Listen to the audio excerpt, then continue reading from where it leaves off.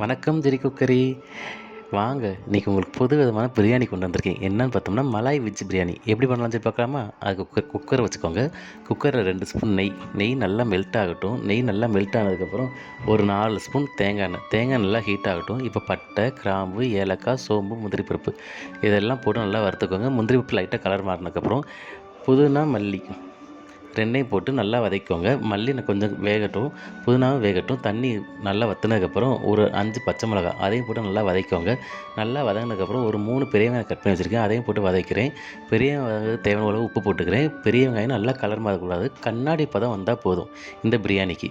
நல்லா வதங்கட்டும். இப்போ இஞ்சி பூண்டு அதையும் போட்டு வதக்கிக்குவோம்.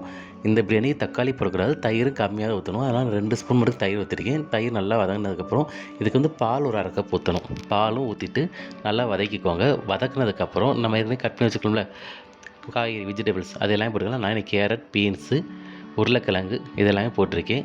நல்லா வதக்குவோம். நல்லா வதங்கினதுக்கப்புறம் காயிலேருந்து தண்ணி வெளியே வரும். இந்த ஸ்டேஜில் நான் 1 டம்ளர் அரிசி எடுத்து வச்சுருக்கேன். அதுக்கு 2 டம்ளர் தண்ணி ஊற்ற போகிறேன். அந்த தண்ணியில் தேங்காய் பால் 1 டம்ளரும் 1 டம்ளர் தண்ணி ஊற்றிருக்கேன்.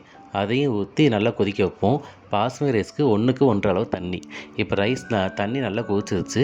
இப்போ என்ன பண்ண போகிறோம்னா ரைஸ் நம்ம கழுவி வச்சுருக்கோம் பாஸ்மதி ரைஸ் அதையும் நல்லா கழுவி அதையும் போட்டுருவோம். போட்ட உடனே அது மேலே கல்பாசி ஒரு 4 கல்பாசி போட்டுக்கணும். அதுவும் போட்டு நல்லா மிக்ஸ் பண்ணி விட்டுக்கோங்க.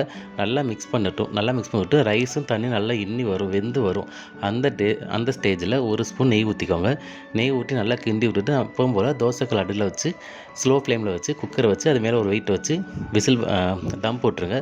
தம் போட்டு கரெக்டாக 1/2 மணி நேரம் திறந்து பார்த்தா சுவையான malai vegetable biryani ready. Thank you.